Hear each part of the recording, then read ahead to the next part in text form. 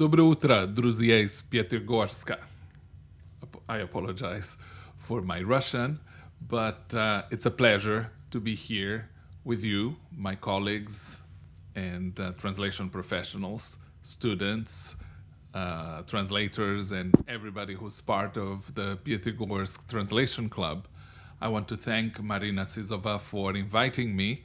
It is an honor to be part of this amazing list of speakers and experts that you have been able to gather for this event, for presentation and panels. I wish I was there in person, and hopefully next year or the following, you will invite me back to join you to have some in-person experiences and the opportunity to talk over the corridors and learn how to see each other eye to eye. Unfortunately, I cannot see you while I'm presenting, so this might look a little not so natural as I wish it would be. In any case, Marina asked me to, instead of making a structured presentation, to address some of the questions that you have shared in advance and to allow me to discuss a little bit some of the issues that are top of mind for you, that are important for this group of professionals that is getting together here. So I have identified three types of questions. They're not different from the questions that I hear in other countries. Last week I was speaking at an event in Argentina and very similar questions were asked. I spoke in France a couple of weeks ago. Similar questions were part of the conversation. So there is a certain universal aspect to the questions that are being asked, which is natural considering that our business is global by nature and that we deal with languages and cultures and with the same challenges across the world. So I will present the question and then discuss a little bit around that. Unfortunately, we won't have a time for discussion and questions and answers, but I am available and I encourage you to reach out to me through LinkedIn. Is a very good platform for communicating and networking, but you can try to reach me over Twitter also, or Instagram, or any other social platform. So let's address the first questions that you proposed to me. The question is essentially, what are the relevant skills for future industry experts? Well, that's a question that is very interesting because, in fact, it's something that has changed over the years. Some of these skills are permanent. They are related to the fact that we are service providers and that we are in an industry that provides services and works with other industry. We are an industry that doesn't create anything. We are in a transformation industry. We take content and ideas and texts and content in general that other people create, and we transform that and present it in a different language. So that part of the work, that skill hasn't changed, the ability to convert content from one language into another. But as individuals, as professionals, we are in an industry that is constantly changing. It's a very fast-paced industry because of what I just mentioned, the fact that we don't create, we're responding to the demands of the other industries that inhabit our networks and our economies. So I would say that there are three key skills that you should carry with ourselves in this profession. The number one key, the most important skill that every translator needs to have is the ability to learn. It's the ability to learn how to learn. or some people like to talk about lifelong learning. In our business, we are in the knowledge business. We need to learn constantly. And one of the skills, learning is a skill. So, learning how to learn is very important for you to be able to adapt to the changes that are constantly happening in our industry. New technologies are invented, new terminology is created as a result of these new technologies or advances in the existing technologies, new sciences, new areas of expertise, new types of business. All of these things create new vocabulary, create new environments, create new sources and new formats. This is another thing that you need to be able to adapt to the changing nature of content. When I started in this business almost 40 years ago, I was using a typewriter. And the fact that I moved from a manual typewriter to an electrical typewriter was a significant change. And it took many, many years to move into the computer age. That wouldn't happen until the mid to late 80s. And this type of change forced me to learn new things, learn new ways to work, be smarter, finding ways to be more productive.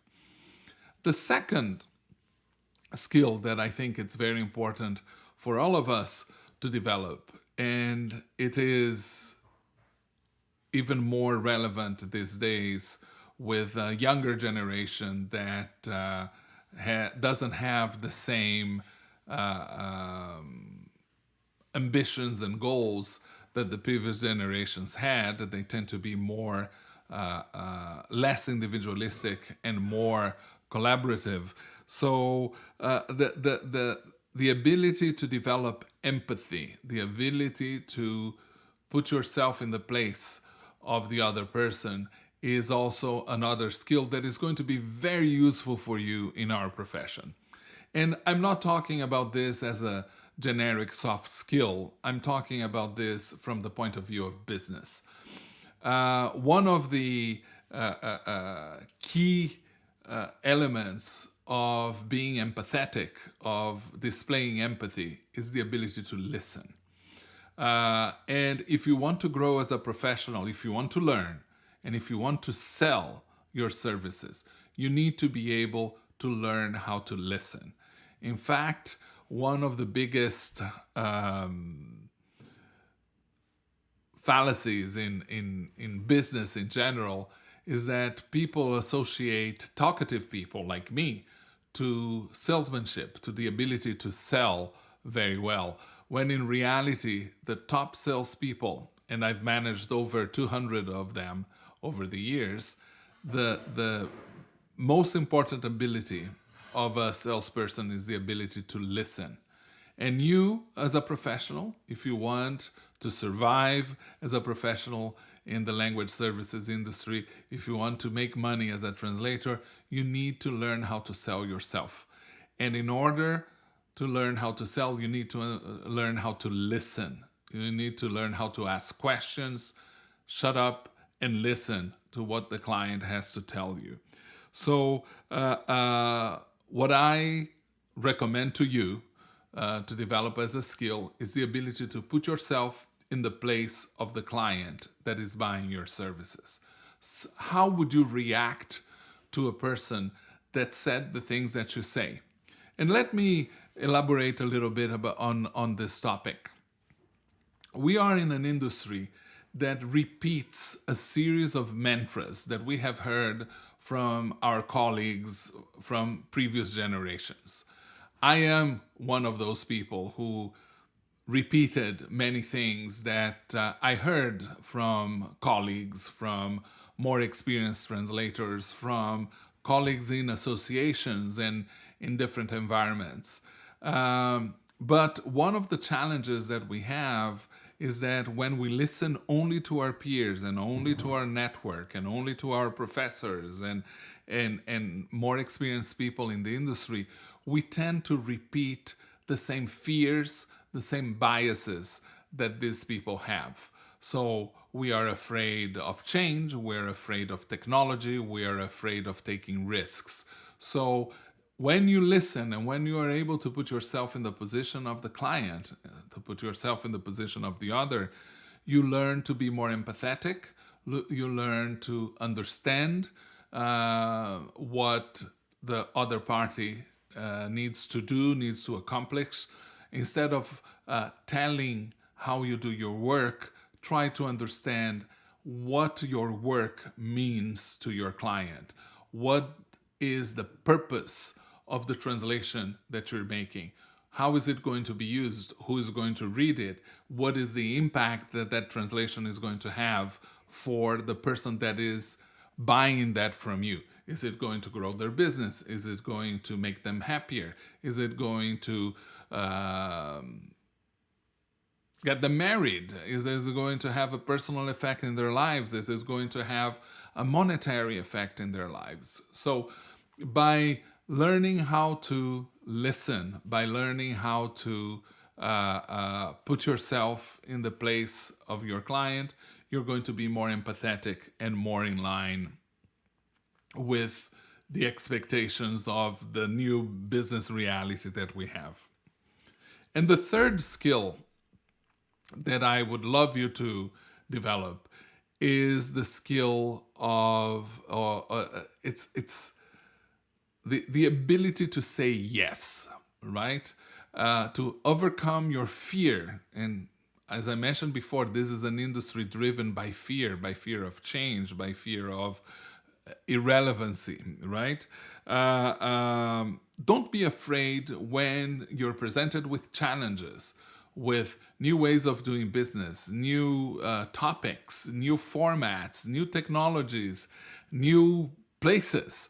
When you're presented with a challenge, accept that challenge, and that will make you grow, because the challenge will allow you to learn more. I'll give you a little story as a context. Many years ago, and this is one of the things that allowed me to grow as a business person in the language industry. I received a call. I am originally from Brazil, and I received a call from the United States asking if I did translations into Spanish. Of course, being Brazilian, I could have chosen to be offended. I could have chosen to say no, but I just thought in my head, it's another stupid American that doesn't know how that we speak Portuguese and not Spanish in Brazil. But instead of having that reaction and saying, no, I don't do Spanish, I asked the client, how big is a project? And the client said 8 million words. And in my mind, immediately I thought, well, with 8 million words, I can buy a company. I can do anything I want, and I can deliver those Spanish translations that the client needs. So I contacted colleagues, and within a couple of weeks, I had opened an office in Argentina. Within a couple of months, I had 25 employees working for me and doing translations into Spanish. So that was the power of saying yes. That was the first $1 million project that I ever performed. And I propose to you that having an open mind and being prepared for challenges like this will allow you to grow and develop. And when you get a challenge like that, ping me, and I'm sure I can help you overcome those challenges. Good. So we talked about lifelong learning, the ability to learn how to learn. We talked about empathy and listening. And then we talked about taking risks and not being afraid of saying yes. These are, for me, the three most relevant skills for future industry experts. And now let's move to the second question. And this has a historic perspective from what I understand, what are the most significant things that happened in localization? Actually, the question was, what is the most significant thing? And I want to talk about the most significant things that happened because, in my opinion, the language services industry, even though it has been around for thousands of years, some people claim that it's the second most ancient profession. I believe that, especially in the last 30 years, there have been only three disruptive innovations in our industry. A disruptive innovation is an innovation that changes completely the way things are done, the standards, the patterns, the way of doing things. It's different from an incremental innovation, which is doing the same thing better, improving efficiency, doing something faster rather than doing something radically different. So the three disruptive innovations that happened in my lifetime that I was able to identify, the number one was the availability of translation memories, because it improved efficiencies and allowed the reuse of existing translations and then improving productivity. So that was a major shift in the way we used to work before. Essentially, you had to go back on paper and look, oh, I remember I translated that before. Let me see if I can find how I translated that and have a copy and copy it and type it over, right? The second disruptive technology that happened in our industry, the second disruptive innovation, was the internet. For those of us here who were around before the internet was around, before the internet, translation was something that was done within a certain geographical space. You would find translators in your own city. If you needed a Japanese translation and you wouldn't go outside the country or even sometimes outside your city, you would try to find somebody that did the translation locally. With the arrival of the internet, this whole concept of the in-country native speaker, the in-country native speaker became viable, became possible. And that innovation is something that completely transformed the way we bought translation from professionals. We would find an individual, if we need a Japanese translation, let's find a Japanese translator who lives in Japan that knows the language, that knows Russian, that knows Italian, that knows French or English to translate into their language. That is a major shift in the way translation was made, and it had a significant impact on price, because what matters now, what is the price of translation in the local market, not the price of translation in the place where the client is, where the buyer is. And the third disruptive innovation that we saw in our industry was machine translation. And I talk about machine translation as a whole, but the disruption happened when Google Translate came into the market. That was really the time when translation became free and accessible to anybody. And that is a disruption. So even if they were using rules-based and then statistical machine translation way before they went into neuro machine translation, the fact that you could click a button on a browser and have a translation made for you on the fly was completely disruptive. And contrary to what many people think, it's not a threat to us. It didn't become a threat to the industry. In fact, today, Google Translate translates every single day more than all human translators in all languages translate in 1 year. So if you're afraid that machine translation is going to replace human translators, you're wasting your time. It has already happened. Google already translates a lot more than the humans. But now humans can focus on translating things that are relevant, important, that pay well, or cannot be done well by the machine. So I think that these three things were the most significant changes and innovations that we saw in our industry: translation memories, the internet, and Google Translate.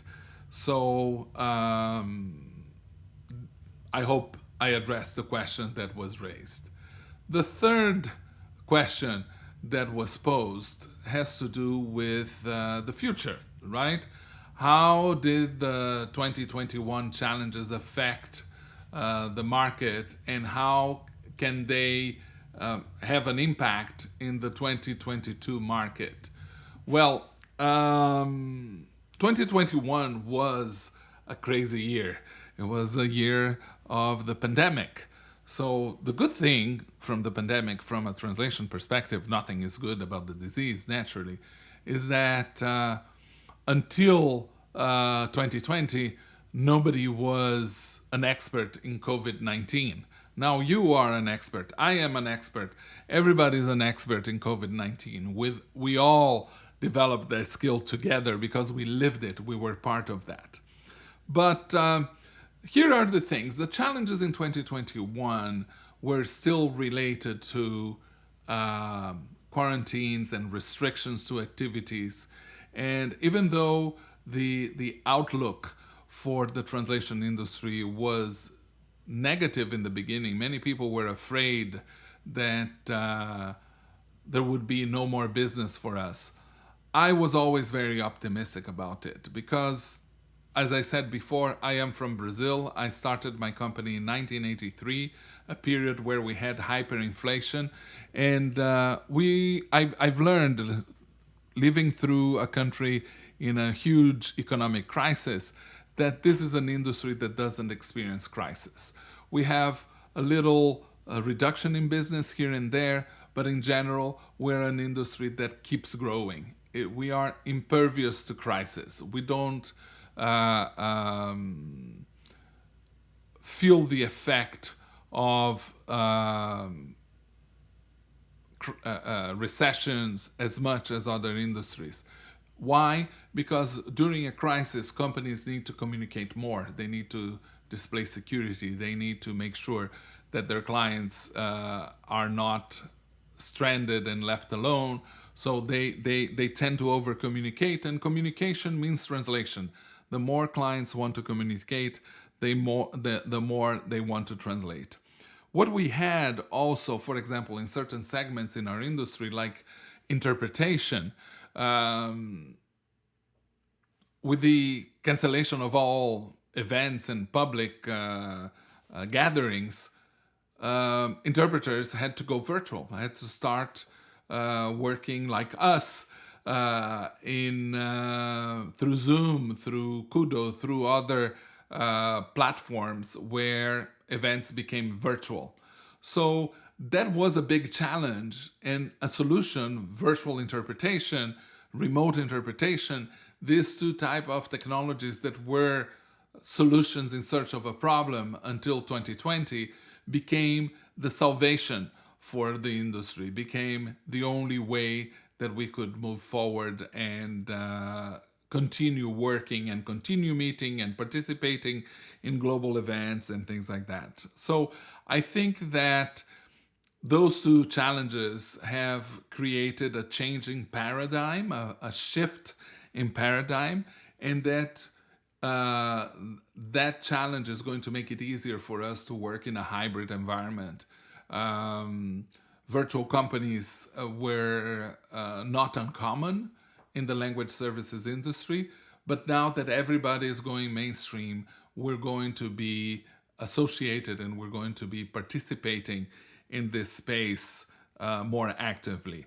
So I think that the challenge in 2021 was the ability to grow, and that is not going to affect, it's going to have a positive effect in the market in 2022. Be prepared for growth, be prepared for taking new challenges, and I believe that what we're seeing now is a major shift in platforms, right? When the world went from 3G to 4G, several platforms became available on mobile devices like Amazon, like Facebook, and things like that.